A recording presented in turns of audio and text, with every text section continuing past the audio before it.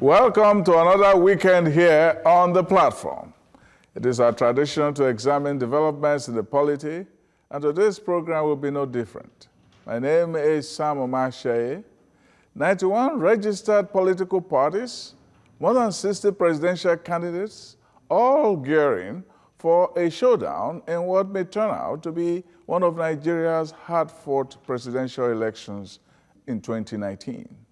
For many Nigerians, the battle for Nigeria's top job will be a two-horse race between incumbent President Muhammadu Buhari and Atiku Abubakar. And sworn enemies have abandoned their grudge and become fast friends to favor their cause. INEC's decision barring the APC from fielding any candidate for the 2019 elections has set the commission and the party on a war path as the APC vows to present candidates. In Rivers, a high court sitting in Port Harcourt nullifies all primaries conducted by the APC.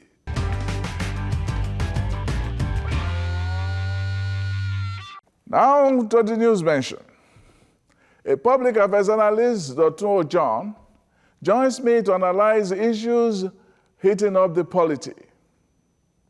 First, after the conduct of their primaries, a plethora of presidential candidates have come forth. So, Dr. What will you say as a significant thing about these two candidates that have come forth? One of the things that you can say is that these two people, one way or the other, were waiting for each other. So it seems. But again, it's going to be a great fight between both of them. And again, I do not want to say what happened exactly in 2014 may repeat itself in 2018 and going to 19. What do you mean by use the word may? May, because you cannot totally be certain about the game that the present government will play between now and the election time. And I'm talking about, when I talk about game, I mean fulfilling some of his promises, really, that can actually convince people to have sympathy for the government the more. Because either we like it or not, if you look at it from several angles, you discover that there are lost trust here and there within the populace. That does not take out the fact that President Muhammadu Buhari is heavily loved by the people. He has a supporter all over the places. But again, if you measure the kind of support he enjoyed in 2014 with the kind of support he enjoys now, maybe somehow something has gone wrong a little. Yeah, what do you mean by something has gone wrong a little? It's very simple. Starting from the issue of the Herdsmen, one of the reasons why people voted for him heavily was because they believed that once this man comes on board at that point in time, that the issue of security will be tackled headlong. Of course, he was able to achieve some milestones when it comes to fighting insurgency in the Boko Haram in the northeast. But again, you cannot totally say that the government has performed so excellently in dealing with the issue of herdsmen. Not because the government has been sleeping, it's simply because of the fact that people expected a decisive action at some point in time, which the government did not what you're saying now is that provide. The issue of the herdsmen crisis will... of course, it's going to dog them. Yes. But you know that even the crisis of the herdsmen has diminished. Of course it has. Over the past few months. Of course it has. Yes, if the like government in is Benue, able... you hardly heard of it. Yes. In Taraba it happens, but not the same frequency. Zamfara has actually been silenced. In the next 3 months or thereabout, if the government can actually sustain that peace, then it's going to be a huge mark for them. And how will it be a hard-fought election if that is the case? As much as I expect the government to maintain that, again, I need them to be very strategic, not just thinking that once we cage the people, that they are going to rest. I think we should be more proactive in getting some of these things sorted out. Let's go to what happened during the week when Obasanjo endorsed Atiku, and then you had an array of old acolytes coming together, Bode George, Ayobanjo, and a few of them. Then you have clerics. Yes, clerics. Like Bishop Oyedepo, and you had Gumi, and then you had Father Kuka. Of what amount of heft does this coalition actually bring to the ticket? I told some group of people, I think on television here, that I expect him within the week to align with either Buhari or Atiku. And this is exactly what has happened. Because but why will he be associating with Atiku? Is it because Atiku begged him during his speech, or because he feels that Atiku is cruising home? Maybe, you know, as a Yoruba man, to a certain extent, if you get to a party and the musician keeps shouting your name, there's this temptation of always wanting to bring out money and spray. You mean his ego has been flattered? Of course, of course. That is different from what he got from the government in power the other time after the letters and all that. I think that what he was expecting from the government, he didn't get. Yes, he was talking about access. Yes. He thought that during the Jonathan time we would have access. He didn't. And I think the same thing repeated. He thought to have access to Buhari. He didn't. So you're not seeing this as this kind of coalition as I have personal grudge with you, therefore I meet you. It's not about the people. No, is it not the case? Is it not the case with him? It has always been that. Is it not the case with what's his name? Gumi? Gumi so has an atavistic quality because the enmity between him and Buhari goes down family lane long before. And is it not the same thing with Oyedepo? Oyedepo, from 2015, who was a pastor for Jonathan, and it's because of that is now turning against. from 2015, you will see the position of Bishop Oyedepo on the government of President Buhari.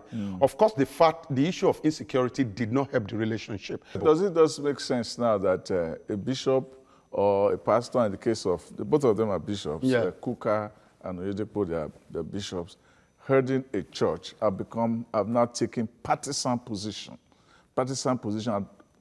and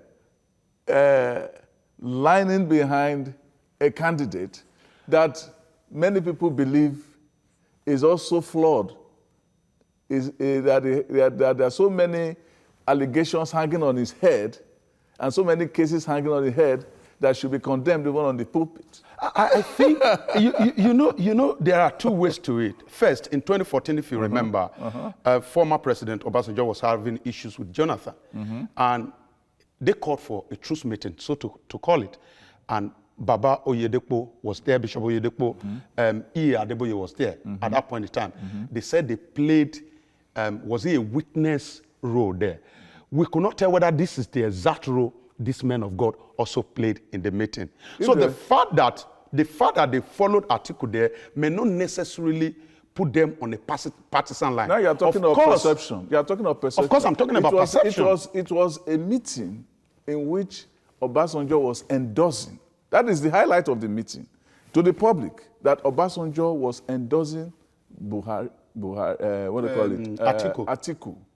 So if these people were there, if there was a reconciliation meeting, it should have been tagged a reconciliation meeting. Of course, but it was a political meeting. But whatever happened, if it is a reconciliation all of them, meeting, I also want us to remember. Hold on. If it is a reconciliation meeting, then it should have been described as a reconciliation meeting. And if it is a reconciliation meeting, why are men of God involved in partisan reconciliation? I think reconciliation comes before endorsement. If they had not been able to reconcile both of them, there would not have been endorsement. What was the purpose of reconciliation?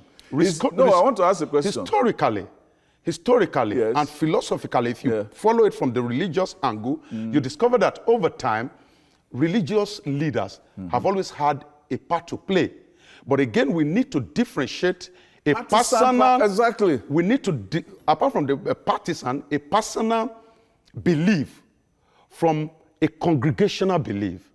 If I am a follower of Oyedepo, for example, how will the endorsement of yesterday or the support of yesterday... It's endorsement. Okay. You are there. Whatever you call it. It is an image. How does it translate to my decision making in 2019? What decision making? Whose decision making? The followers. I'm talking about the followership. Yes. If he had gone there, and if I had gone there as an individual, I think every individual has the right, whether you're a bishop or you are, so far you are a Nigerian, you have the right to do whatever you do on individual basis. You have to distinguish that. You have to distinguish that. There are some times when you are an individual, your individuality is subsumed by your image. That image subsumes your individuality. A president cannot go anywhere and say, I'm here as Buhari. As an individual. You cannot. Kuka cannot go anywhere and say, oh, I'm only here as Bishop Kuka. No, you have been known as a cleric. That subsumes any individuality. Historically. Especially when you are performing a public function. Yeah, historically, yes. if you look at it historically, there have been instances where you cannot totally divorce those in religious authorities from participating in governance in any way. Yes, we have only adopted a system of government called democracy, which has divided us along partisan lines. If we had adopted another form of government, then perhaps we will not be seeing anything wrong with it. Well, we're only going to discuss on what we see today. Yes, again, another indictment that I see there, because I like to look at things very holistically, and that's because I am not as partisan as so many people. If we are talking about fight against corruption, and I said there are two things that are going to determine the outcome of 2019 election. The third one is just silent. The first one is corruption and fight against corruption. If you look at the person and personality of President Buhari, all over the world, people believe that this is a man that is against corruption. And I do believe in that too. Unfortunately, the other person may not have that kind of pedigree. Now the second... So many people, he has the opposite pedigree. Okay, I also accept the fact that he has the opposite. Now the second thing that will determine who the winner is the issue of unity and disunity. The other person is coming out, as far as perception is concerned, as a pan-Nigeria person that has the capacity to unite the people. But the event, especially event of the first 1 year of President Muhammadu Buhari, did not project him. I am talking about as a pan-Nigeria person, figure. Which is, those are the two things. Now, if you are not talking, the third aspect, which is very dangerous dimension to it, is when you are not talking about fight against corruption. I think it's an insult on the person of the president now to be having an article contesting with him. And this is what I mean. If we go out to say that this man is corrupt, or perception, if we have that perception, then it shows that we have not really tackled the issue of corruption the way we should have tackled it. Because if we have tackled it and everyone is saying this man is corrupt, then this man should not be working freely. Don't forget, contesting against a man of integrity. Don't forget that the war on corruption, even under Buhari, has been resisted. And there has been the narrative that while Buhari is fighting against corruption, we also had corruption fighting back. So this candidacy may also be, a form of by corruption. some framing, by way of saying that, please, we don't like this war on corruption. We need somebody who is flawed, who has been investigated, who has cloud hanging over his head, to come and fight against, the man fighting against corruption. I think we need to be strategic. And the major challenge we have is that we have not been able to take the place. I mean, those people in government, they need to be strategic. Now, when you are fighting corruption, everybody knows that at every point in time, corruption is going to fight back. But what are your measures? What have you put in place to ensure that you keep it at bay? For example, how strategic was this government from inception in tackling corruption? If a government that issue can go on and on and on, and we have to move to the next topic. But it's very clear that we have a man fighting for corruption and another man who is perceived to be a target of the fight against corruption on the ticket. Now, there is no love lost between Nigeria's electoral body, INEC, and the IPEC and the APC over developments in Zamfara State. It's very funny when I heard the story, because for once, I think I need to salute the courage of INEC. It doesn't matter what we have said about them. For INEC to be able to come out and say to the face of the ruling party that no matter what you do, we are not going to accept your candidate because you have flouted this order and that order. It's about the rule of law. Yes, I think we should encourage INEC to continue in that direction. Then again, that should teach APC a little bit of sense of being orderly. If it's also a story, it's also apart from being about the rule of law, it is also about, it's a season in which some governors have been caged, and governors have been told that you don't have the power of God. That's what I've been told. We have seen that in Ogun State, where Amosu couldn't get his candidate. Yes. You can see it in Imo, where it is really a hard fight for him, where the courts are now ruling against him. We know what has happened in Lagos, where even the governor is not even getting his way to get a second term ticket. So this is a season where this Zamfara is just a metaphor for me for the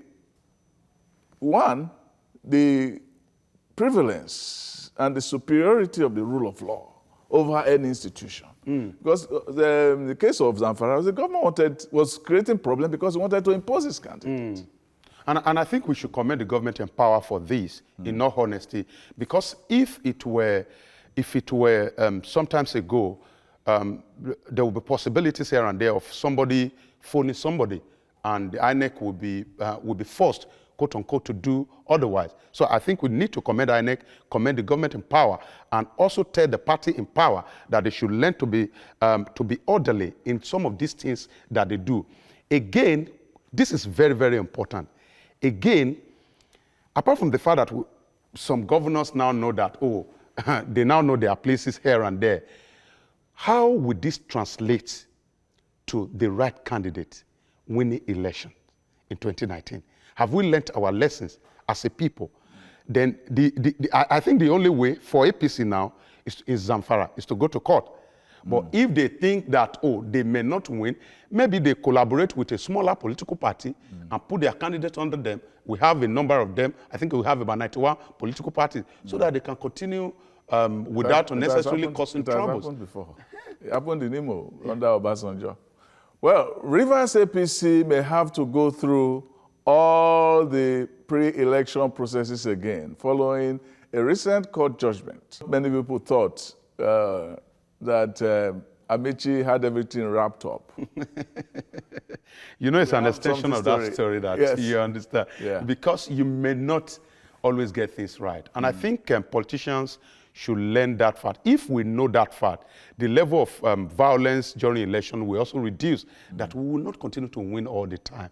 You understand? So what I expect from APC in Rivers State now is some kind of reconciliation. And this should be on the table of the national chairman. He should do everything possible, because Rivers State is a volatile state, quote unquote, if you will allow me to use that word. So you cannot afford to go into election with a divided house. Even as a united force too, you are still going to have a lot of challenges, not to talk of going to election as a divided house. So the other time, the senator called Amechi his leader, and that one said, no, I am not your leader. I think somebody should accept being the leader of the other person so that we can move past this stage we are in. Well, he was on this show, that is Magnus Abbey. And I asked him, is Rotimi Amechi your leader? It was not very definite, but he said Rotimi Amechi was not acting like a leader. Well, the story is now out there. Well, that will do it for the News Mention. Thank you very much for being this News Mention show. It's a pleasure to be here. Thank you. Yeah.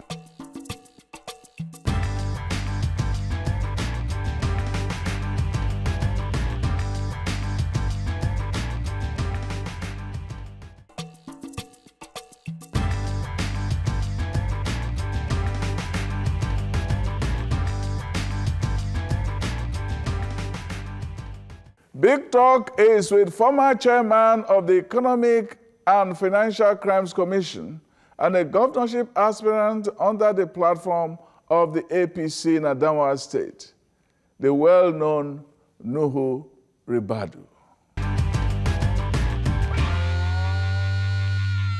I saw a picture of you recently with the President, Muhammadu Buhari. Looks like you people are getting along. Very well, yes. How will you assess your relationship with him now? Very good. I requested for a meeting and I visited him, and we had a very good, wonderful meeting, and quite cordial, and I'm quite pleased and happy with that. Okay. It shows that all those years when you were running against him as presidential candidate, all those things are behind now. Absolutely, and I've always believed, there's no doubt about it that he's a sincere man. Decent human being, and a good, in terms of quality, example of what a leader should be. And I'm excited and happy that you are right. Things have happened in the past, and for me to get back and relate with him has been a pleasing thing for me, and we did that fairly well. We had a good.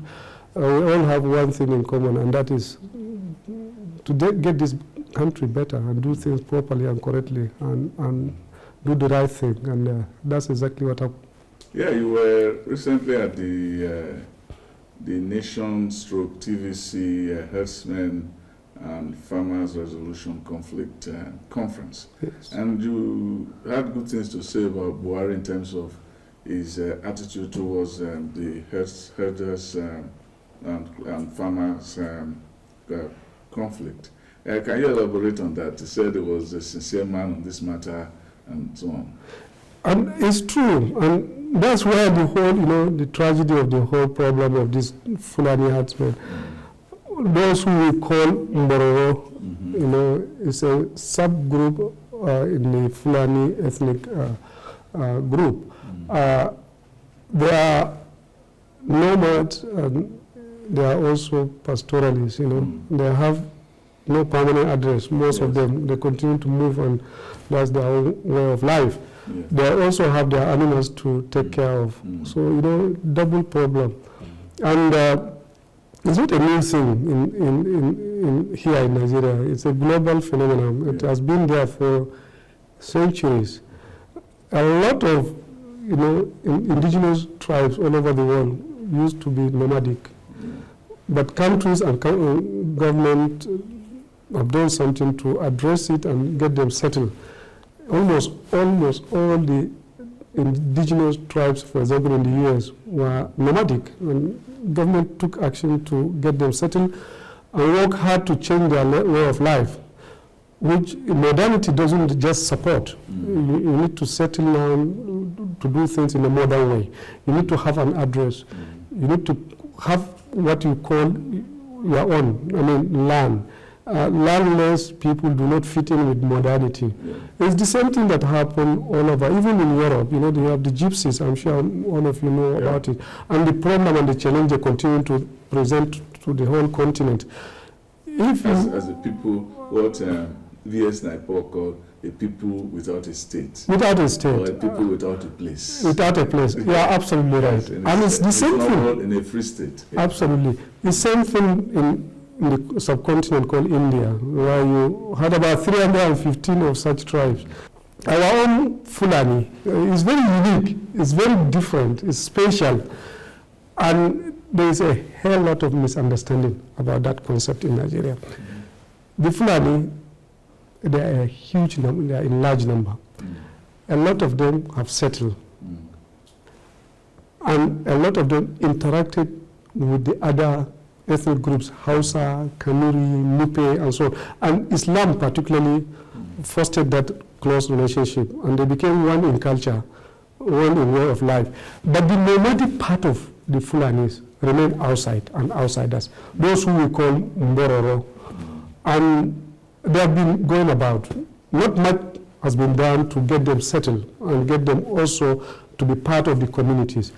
Tragically, over the years, the rest of the small tribes somehow accommodated them as second-class community members. That's those you call the Fulani. Yes, the settled Fulani. The settled Fulani, the Hausa part of it. The Kanuris are even a little bit part of it. In fact, almost all the other tribes, they tell you this romantic relationship between them and the nomadic Fulani of simple people, and they are comfortable they should remain as second-class. They love their position as second-class community members. Yeah. And, but modernity will not allow that to continue forever. No. They needed to improve. They needed to belong. They needed to be part of the community themselves. And that's why we have these tensions and what is ongoing now. Resistance for them to be accommodated, to be part of the main communities where they live. There are more nomads being killed by their own Muslim brothers who are settled in Zamfara, in yes. Kaduna State. Yes. In Mambila, those who murdered or killed the so-called nomadic Bororo tribes are mostly Muslims. They are not Christians, like what goes out as if it is, the misconception, religious thing that they are, some people are even saying it's a jihad. Others, the nomads have no any issue with religion and ethnicity. They are very comfortable wherever they go. I'm sure even in your own local community, you probably do have them. You will never see them talking or raising any issue about religion or even the ethnicity. They are a nomad that feel comfortable wherever they go, as long as they will have security, they'll be able to have commerce, and economy will be booming for them, and they'll be able to get attention for their own animals, and their animals will be able to feed on whatever that is available there. These are more important things to them. But some of them are known to have even along the way they've had children with locals. Of course, they can easily interact. Children, and then they go. That is a typical nomad's life. So we go to a point where somehow there is a huge resistance in allowing them to be permanent members of the community or equals. And because they are seen as low class. Yes, even the Hausa people. I belong to this group that I'm telling you, the settled Hausa Fulani. Some of us may have a bit of advantage because we speak the language. But majority of the rest don't even speak the language. And we are told, yes, we are so disconnected with the others in terms of cultural way of life. Totally different. And no understanding how they live. And so many of us don't even feel comfortable that they become part of us as equals and as one. And so when we have this tension and resistance, where people tend to disagree and continue to regard them as nomads, Bororo, Bush Fulani, subject of ridicule and funny stories and everything people share in terms of jokes and so on, they are the main subject. So things are changing, and a lot of them are resisting it. And therefore, it becomes an issue because they themselves as community, they are also fighting back. It's for their own survival. And we now, little by little, we go to a cycle of violence. You attack me and I retaliate. And you don't want me and I will insist that I belong. You say things that are not favorable and I retaliate. And gradually, little by little, we got to a point where the Fulanis are having issues all over. Take, for example, what you had in the conference. A TV man got up, he said, their best friends are Fulani. It's true. They can tell you that. A Kanuri man will tell you that his best friend is a Fulani man. I mean, maybe you go to even Idoma will say the same thing. The Hausas will say this. Suddenly, what is happening? Why? The man will tell you that I grew up with Fulani and we share common things. And suddenly, why? What is going on now? So the Fulanis are more or less desperately trying to belong and integrate and become part of the community. And I think the state has a responsibility. When you say the Fulanis are trying to integrate, are you talking of the Bororo? That is the Bororo. I mean, this is the sad part. We do interchange. You have to really identify. You are absolutely right. You are very, very right. That distinction is extremely important. The Bororo, the nomads, the nomadic Fulani are very, very different from the settled Fulani. And the nomadic somehow got to a point where as maybe the last nomadic tribes in the world are beginning to feel that they need to also belong and settle. They must have address. In this modernity, you have to have address. You have to have an ID. You must have an ID. Yes. You cannot continue to roam. And meanwhile, they are extremely rich. Maybe they are the richest subgroup in the whole country. How do they get rich? That's the question. People are saying that, look, how do these people get arms? Because they have animals. Yes. If we bring out 5 cows to sell, you are a millionaire. Yes. Or close to that. And that's why it's the currency that has remained consistent, not devaluation. The nomads have always been like... Currency is the cattle. It's the cattle. Take, for example, they used to sell 5 cows, 6 cows to take a pilgrimage to Saudi Arabia in the 60s. Yeah. The same 5 cows in the 70s, and it's still the same 5 cows can take them today to pilgrimage. So they are the ones that the economy... So the economy has not really changed their fortune. That's why they are, when we say they are the richest, that's what we mean. They have not been devalued in terms of their own value or resources. And they have the cows. One family with 20, 50 cows is fairly a rich family. And how many of the rest of the ethnic groups in Nigeria?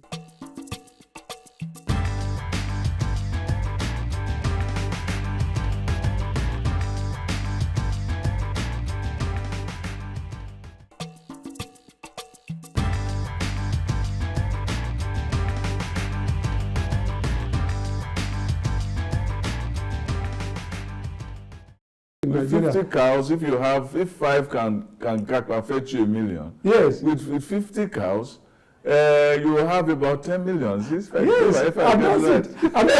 And every poor nomad family, every one that you do have that. Yes. And every 5 can give you another 5. Every 5 continuously. Yes. You know? So this is why they are not that poor.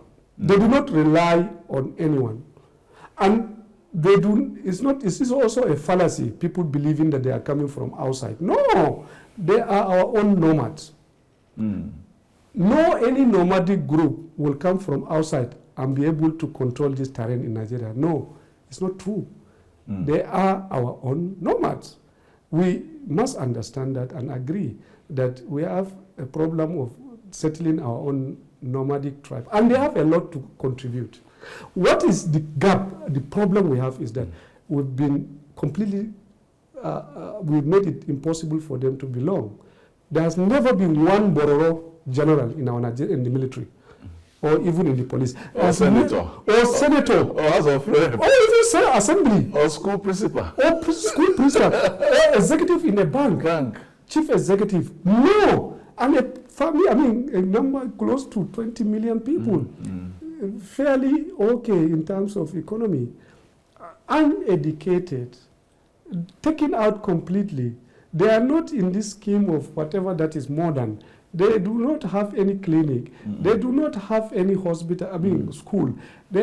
So those are the fundamental problems, and we stand to benefit as a group, all of us, if we integrate them, if we give them heavy dose of education, bring them into our own fold, make them to be part of the communities, including all those who claim to be their own brothers and sisters.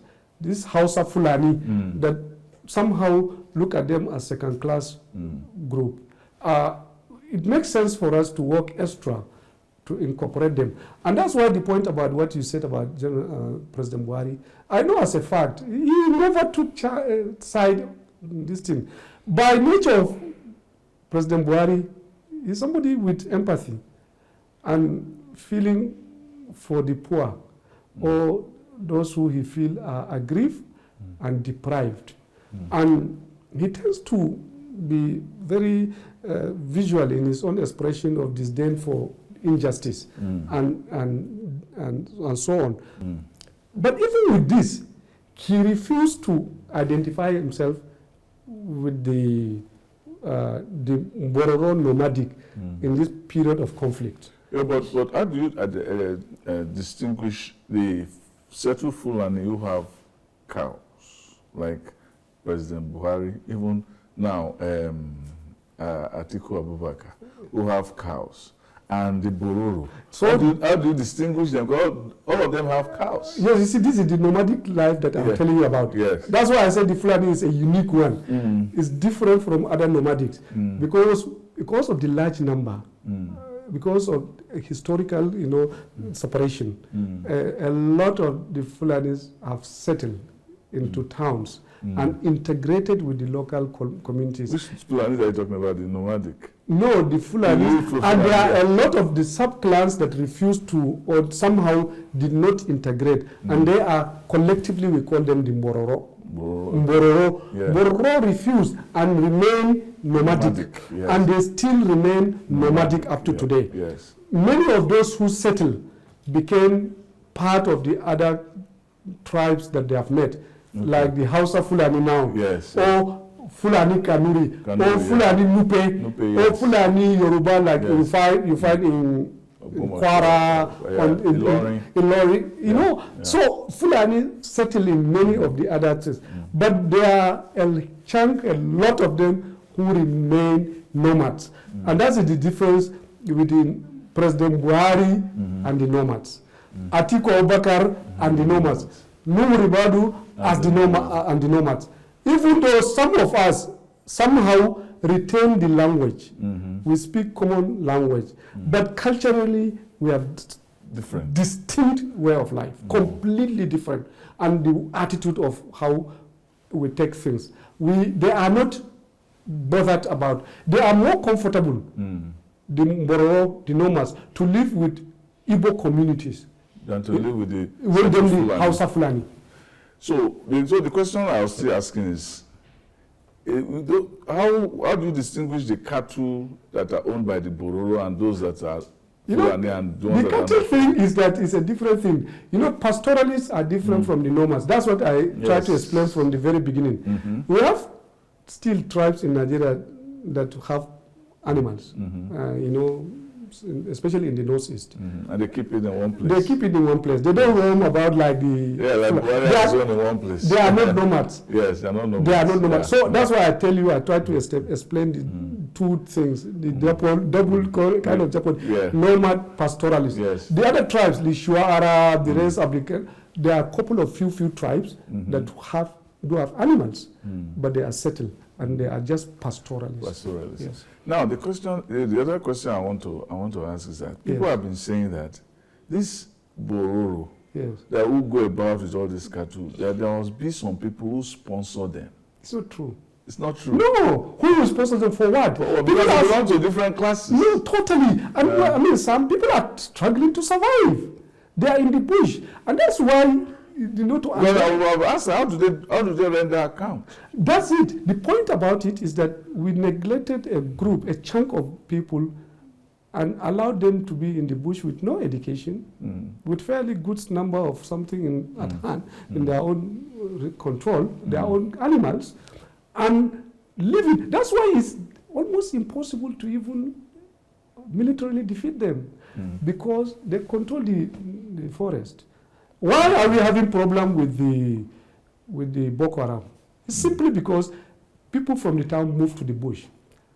And they are in control. Bush are not really bush in the classic sense, because there's still, you can go into, when you go to a place like Sambisa, you can look around, you can see people. It's not as if you have leaves and branches blocking your eye view. We, especially with the law enforcement background, will tell you that it's very difficult for you to move in there and meet an enemy. Even if it's in the Niger Delta, the military face similar problems. The moment those who are resisting move into the creeks, to get them must be a challenge. Here today, if you are fighting the Fulani, they are masters of that terrain. No military man will tell you they can trek 10 kilometers into the bush and have control over the place. It's a lie. No policeman will tell you that. And that's why, you see, when you employ Air Force, it's not easily guided. It's not something that you can win. I've worked in Afghanistan. I've lived there a couple of, I understand this thing a little bit. And that's why there is an ongoing conflict up till now. In Southwest Waziristan, in Pakistan, I'm talking about, in the whole of Afghanistan, because of the terrain.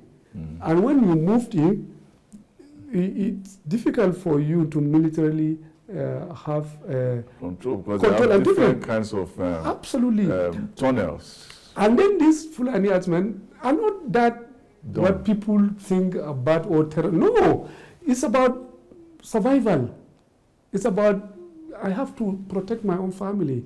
When easily I've been, abused and thrown out, disrespected, my family, my wife, my children, my everything, I've been moved out.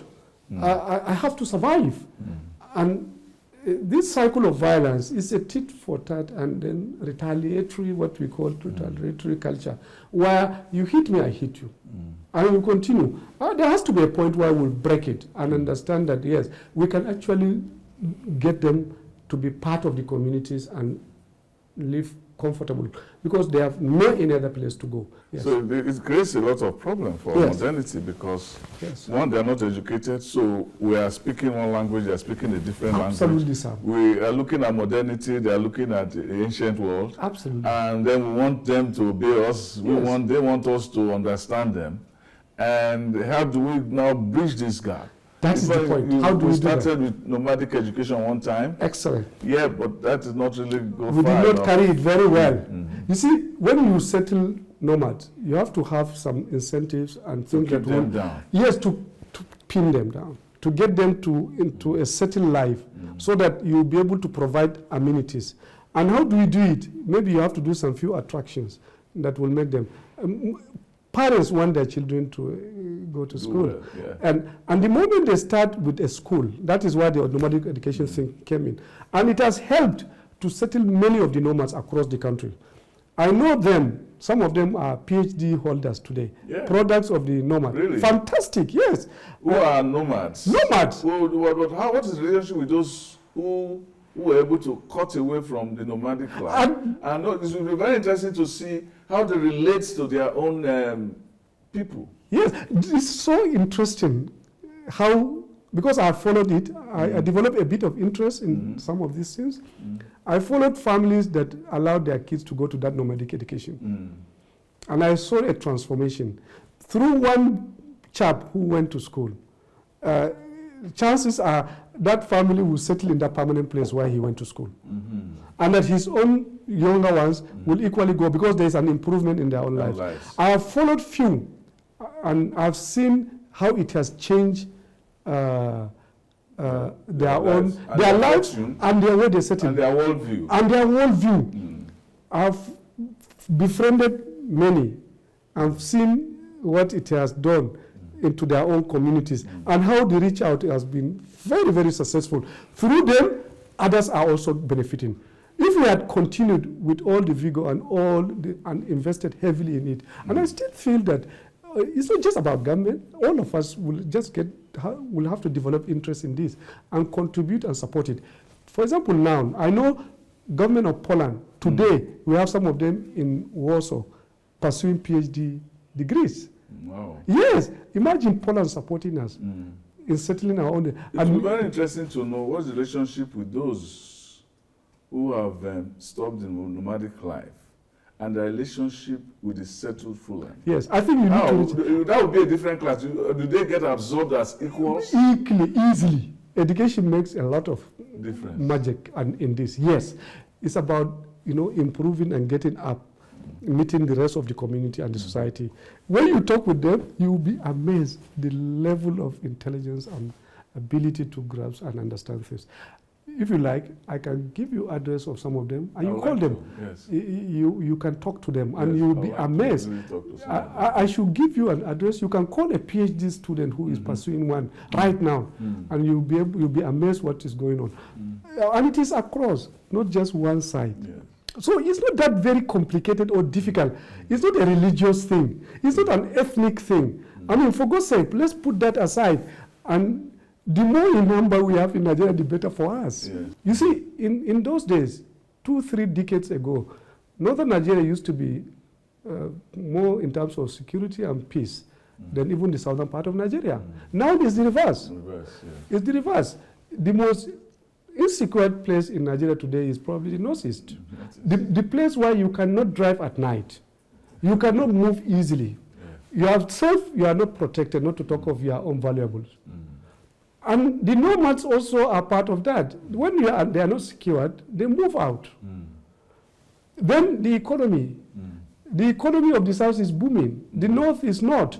So the nomads would rather go to where they will get market.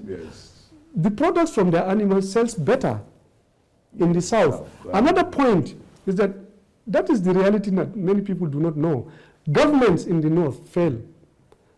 the governments in the south have done fairly better. Even to take care of their animals, they get better medicine and facilities. When they come to the south. In the south. And it's amazing that if you know how suddenly things turn opposite. And also, the climatic, yes, that's the point I'm talking about, the climatic issue, where the place is getting a little bit drier, and the south is improving. Because climate-wise, the effect is more here. And then I get another factor, is that their animals have now overcome this problem of tsetse fly. It's no more a big problem. Big issue, yeah. They eat the grass in the south now, unlike before, because of improvement in their own health and conditions.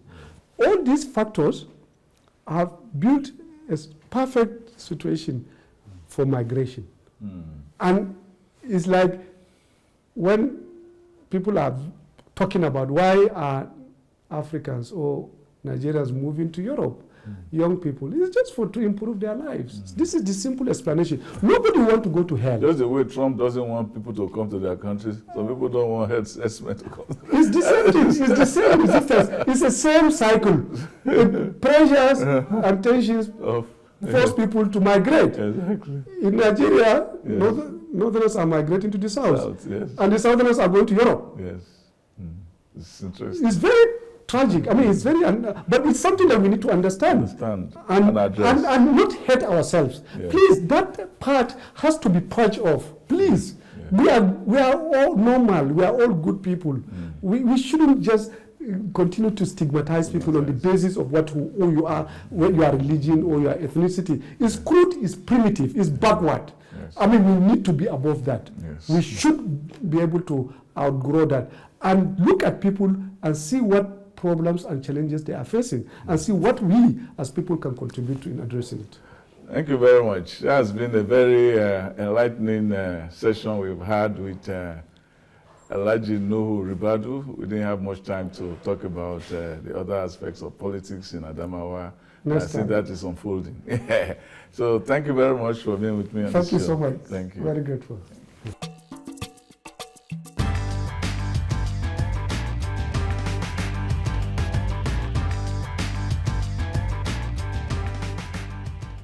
Thank you for watching the program today. You can catch up with my published columns and articles on my website, www.samomasheye.com. Also follow me on Twitter. My handle is at Omasheye.